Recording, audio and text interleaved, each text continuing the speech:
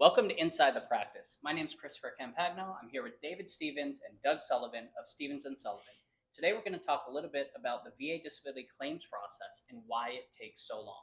Every veteran has either experienced this or has heard a horror story about this, so let's jump right in. Doug, I'll ask you first. With initial claims specifically, what's going on? What's the holdup? So the long story relatively short is the VA process takes forever and it's different for everybody. Initial claims, I would say probably average 6 months to a year. David? That sounds about right. Yeah.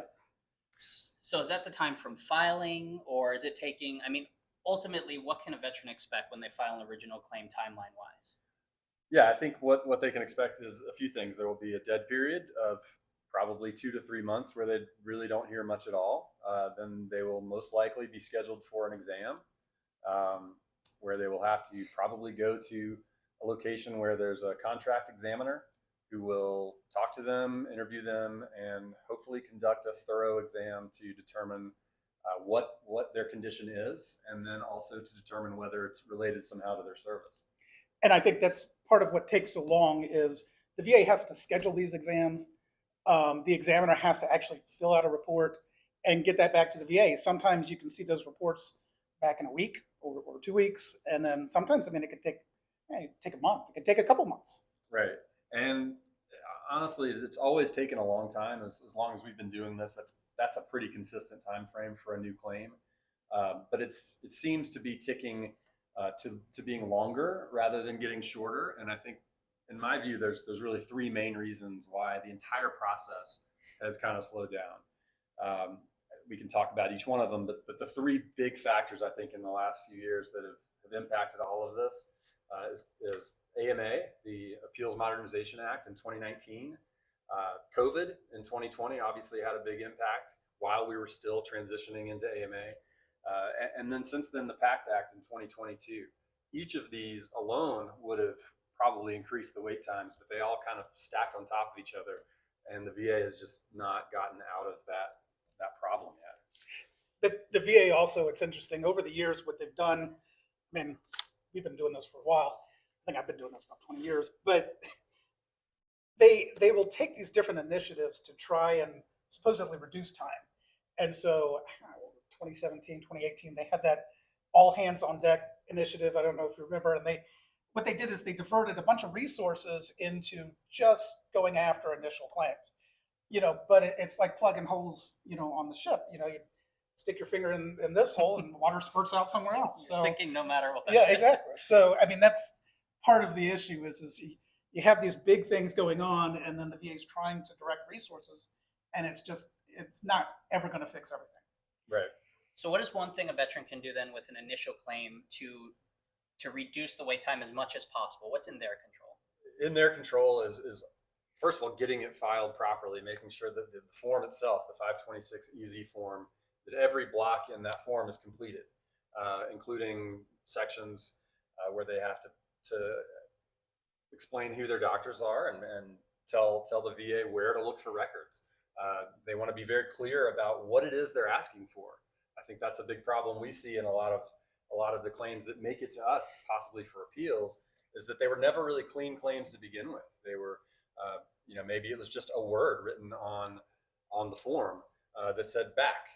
Well, what about your back? Are you asking for service connection for your back? Are you looking for a higher rating for something related to your back? Are you looking for residual conditions, radiculopathy related to a back injury? I think those are really important things to begin the process. And then obviously throughout the process to keep VA informed about updates, about any medical records that you've acquired or medical visits that you've had after you file that initial claim. The VA is not going to know if it's not at a VA medical center. Keeping the VA informed, keeping good records is always important. Also attending exams when they're scheduled is very important, and can cut down a lot of the delay. I would add that you mentioned the form. Knowing which form to use is a big deal because it is extremely confusing. Do I file the 526 for a new claim? Do I file a supplemental claim if something was denied? And it can be very hard even for us to know, well, exactly which form do we use? And then the VA will often come back and they'll say, oh, well, you chose the wrong form, even when you don't choose the wrong form. Also responsiveness. I thought, you talk about attending the exams when they're scheduled, but when the VA sends a 4142 so that they can get medical records, you have to make sure that you're sending that back in as soon as you can. You just want to keep the ball in the VA's court as best you can. And you brought up which form to use, and oftentimes it gets a lot trickier when we're talking about appeals. So a veteran does everything, David, that you just stated. They get their decision back relatively quick. It's a denial. So now they're looking at the appeals, and that's what we're really going to talk about next. Once a claim gets denied, what's the process like for veterans? What do they need to do? Doug, I'll start with you. So as far as getting a denial and just determining what process, I won't go through each different step, obviously, but to bring it back to time, the two main kind of processes are three. You either go supplemental claim, which is you get new and relevant evidence. You basically keep going at the same level you're at. You can go higher level review. You're not submitting additional evidence. You're just getting somebody to look at what you have. Or you can go up to the board. And to keep it within the topic of time frame, again, if you're doing a supplemental claim, you're just back to where you were. So you're talking again, 6 months to a year. Higher level reviews, I think we see 6 months, roughly, 4 to 6 months. And then if you're going up to the board, unfortunately, we're probably talking 3 to 4 years. But higher level review, David, you and I were talking today about you had a very quick higher level review. What was that one? So yeah, on Wednesday we filed one, and this was just a regular higher level review, not an expedited claim in any way. And we got a call on Thursday scheduling a hearing for next Tuesday. So that's a 5-day turnaround when we have other claims mostly taking 4 or 5 months to get an informal conference. So there's a lot of randomness built in. I want to go back quickly though to something you said, Doug. You said try to keep the ball in the VA's court, and I think that's really one of the most important things that any veteran can do, and that we try to work very hard on assisting veterans in doing is once there's a denial of a claim and we're looking at doing some kind of appeal, we want to get everything together as quickly as possible, as thorough as possible, and get it back to the VA as quickly as possible too. Because once you do that, like Doug said, it's back in the VA's court. There are going to be delays there. We don't control those delays, but we do control how we get the information to the VA, and that's super important. One of the things that happens, you file your appeal, it's going to be reviewed by someone at the VA. Hopefully a higher level reviewer will review a higher level review, a decision review officer, usually a senior veteran services rep. In this process that I was talking about earlier with AMA through COVID and then into the PACT Act, the VA has hired a lot of new employees, which sounds good. But many of those new employees are rushed through training, and they end up reviewing these claims and a lot of times don't really know exactly how to do their jobs as efficiently and as accurately as possible, which leads to more appeals. And this kind of gets back in this kind of hamster wheel that AMA was created to avoid, but I think honestly has created a bigger hamster wheel, honestly. Yeah. And that's a good point, the hamster wheel, and we often hear it referred to as that, but really it's the VA backlog that we hear VA talking about when we go to conferences or when we hear them speak in their videos that they post on their website. I know at one point the backlog was just insurmountable. They said they couldn't do it, and that's what really led to the AMA. What are you two seeing as far as the backlog now? And I know they have to go in order, so that backlog really impacts how long a veteran is waiting. So is there anything you guys are seeing with the backlog? Is it going up? Is it going down? Is it not improving? Well, I was looking today, and it's interesting that the VA's, it's the government, but they screw around with numbers. And so what happens is, if they're presenting it to Congress, they're saying, oh, hey, look how great our numbers are. But then when they're talking to veterans, it's, hey, we have this insurmountable backlog that we just can't get through. I think personally, honestly, it's a guess. I would say it's about the same as it always is. But if you talk to the VA, they're going to say, hey, we're getting through it. Things are speeding up. My view is it's the same. Yeah, the board in particular used to post numbers on its website explaining what it says the average wait times are for different types of appeal at the board, either a direct review, evidence submission, or a hearing. And its numbers honestly just seemed false. They didn't align with our practice, and we know from going to a lot of conferences with our colleagues who do this work as well that it didn't align with their practices either. And it seems that there were a lot of things going on with the numbers that were probably not on the up and up, to be frank. They were saying for the longest time that the average processing time for a direct review was a year. At the same time, they were saying that our average processing time for direct reviews was around 3 years. So, it's not clear where they get their numbers. I'm sure there's some mix, some magical formula there that allows them to escape, charges of fraud, basically, and still say those numbers. I think they probably count things like dismissals and withdrawals and, situations where there's an expedited appeal. They throw those all in the average, and that probably does bring the average down from what a typical veteran would see. Well, and I'll quick plug for the website real quick, but Chris wrote a good blog post about kind of the timing issue, and there's a great clip on there of basically the VA's attorney in a Court of Veterans Appeals case coming back, and in response to one of the judges asking about, this specific case had taken twice as long or whatever than the average time that you're talking about that the board would post on the website, and the OGC attorney basically said, "Oh yeah, that the average times mean nothing." And it's crazy to me that the public facing VA is, "Hey, we're giving you these numbers. We want to be transparent," and then they go into court and say these numbers don't mean anything. I mean, Yeah, and if you think about it just on a macro level, right? VA is probably trying to do the best they can. They're trying to get as many decisions out as fast as possible. But what we see on a case-by-case basis are veterans who are suffering with most times severe conditions such as PTSD. They have no money, they can't work, they have a family, and these wait times that when you look at it, oh, a year, I can wait a year, but in reality, a year with no money when you have a family to feed or you need a doctor's visit is tough. And that's why I think the human element of this wait is one of the most difficult parts. And something we do at our firm, and I think other firms probably do, is just try to reach out and speak with the client as often as possible to let them know its status. But I guess what we're hearing today is the average wait time for VA is really too long. The average wait time is absolutely too long, yes. And some things that we can do, that we're not completely helpless. We can assist in this process, and a lot of that is what Chris was just saying. Keeping very close tabs on the claims. We're able to access the VA system and see what stage of the process every claim and appeal is at. And so we can see, for instance, when an unnecessary exam has been scheduled.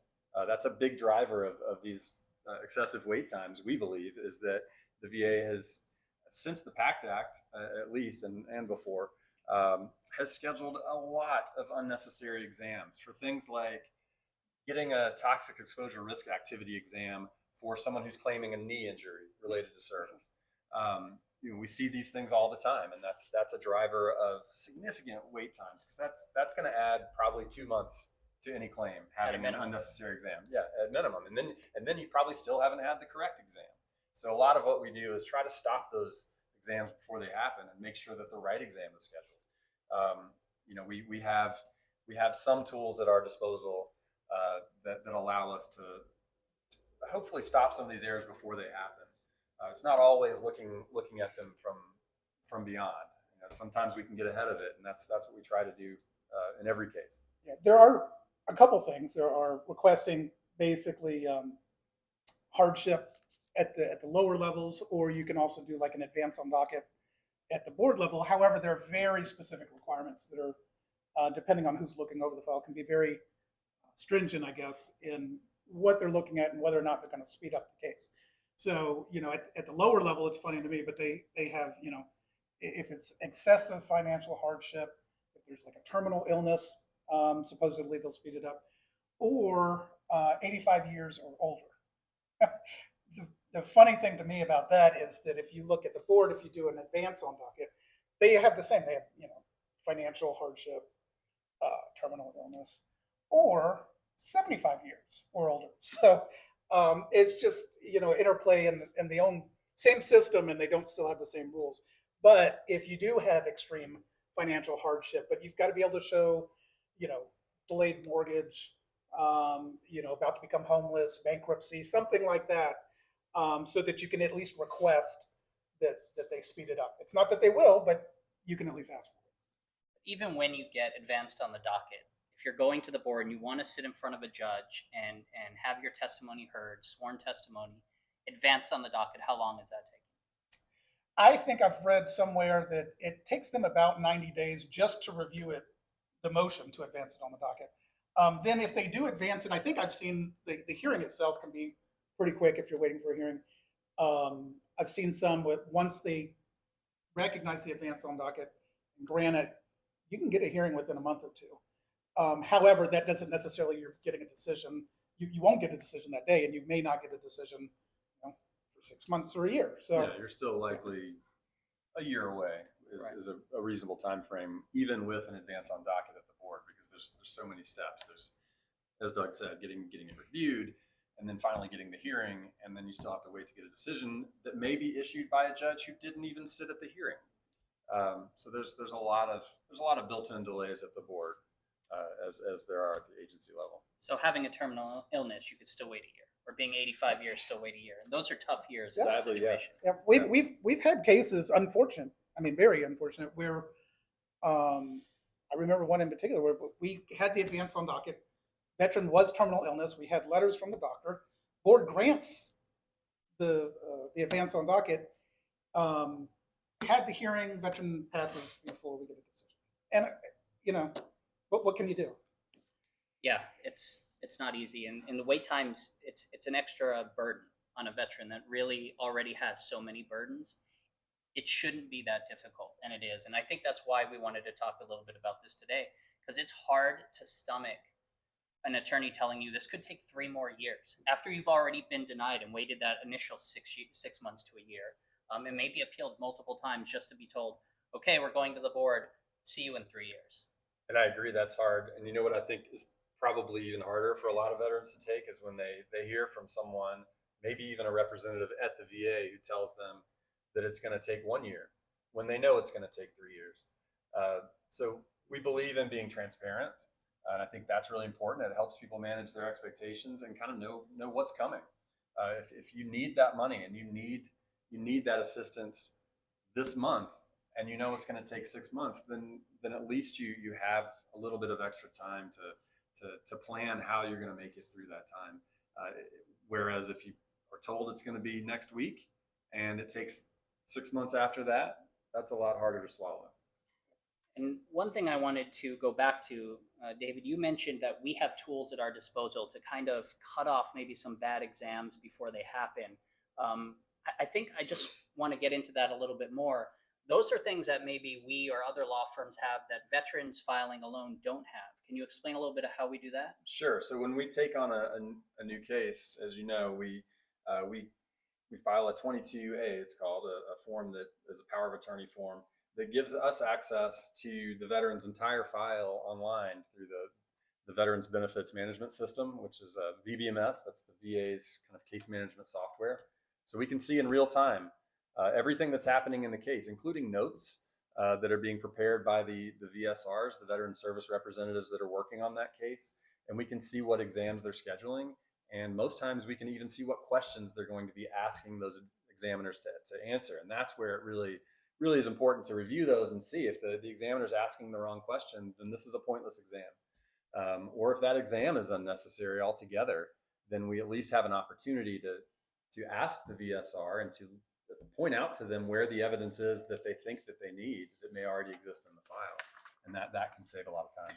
One of the things that's been interesting over the years to see the development of the VA is, a lot of things now are in their efforts again to try and solve backlogs and problems like that. They have developed this national work queue, and so sometimes it can be difficult, even seeing the file and seeing that they're working on it. and hoping that, hey, maybe I can email the adjudicator and say, hey, this exam is unnecessary, is that it'll change. And all of a sudden, the person who was assigned is all of a sudden gone. It's yet again the VA trying to solve a problem, but unfortunately, it kind of creates another problem. Right, and I think that's another driver of the backlog is that you don't have a lot of consistency with who's handling the file. It's getting handed off repeatedly, dozens of times before a decision is made. And one thing that I think has been working well for me, at least, is we have access to VA's internal, I guess, messaging service, which is on Microsoft Teams. And I've been able to actually reach out internally and talk to that VA employee at their desk and say, hey, I don't think this is right. Will you be able to fix that? And in most cases, if they answer, they're pretty quick on fixing it. And one thing that is heartening to me in most cases when you do get that personal contact, they want to help. I think most of the people that work at the VA are doing so because they believe in the mission. They're just a lot of times not given the tools to do it well or to do it right. They're not trained well enough to even accomplish the mission that they're setting out to accomplish. And so, I mean, all of that to be said, I think it's important. You'll often hear, oh, you don't need an attorney to file your claims, and you don't. You can do this on your own. But with how complex the VA system is now and with how long things are taking, I wouldn't recommend it. It doesn't need to be us. I'd love it for it to be us, right?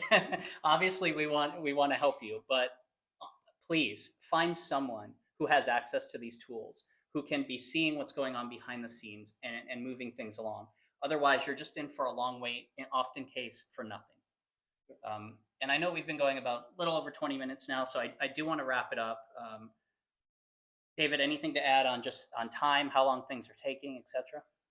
Well, I would like to say that it's getting better and that there's hope in the future, but the VA announced, or I don't know if the VA announced it, but it was announced recently that the VA is going to be cutting 83,000 employees very soon, and we don't know how that's going to impact the VBA directly, the compensation claims directly, but it's probably not going to be good. And I think it was 2023 after the PACT Act to kind of help handle that backlog that was developing there.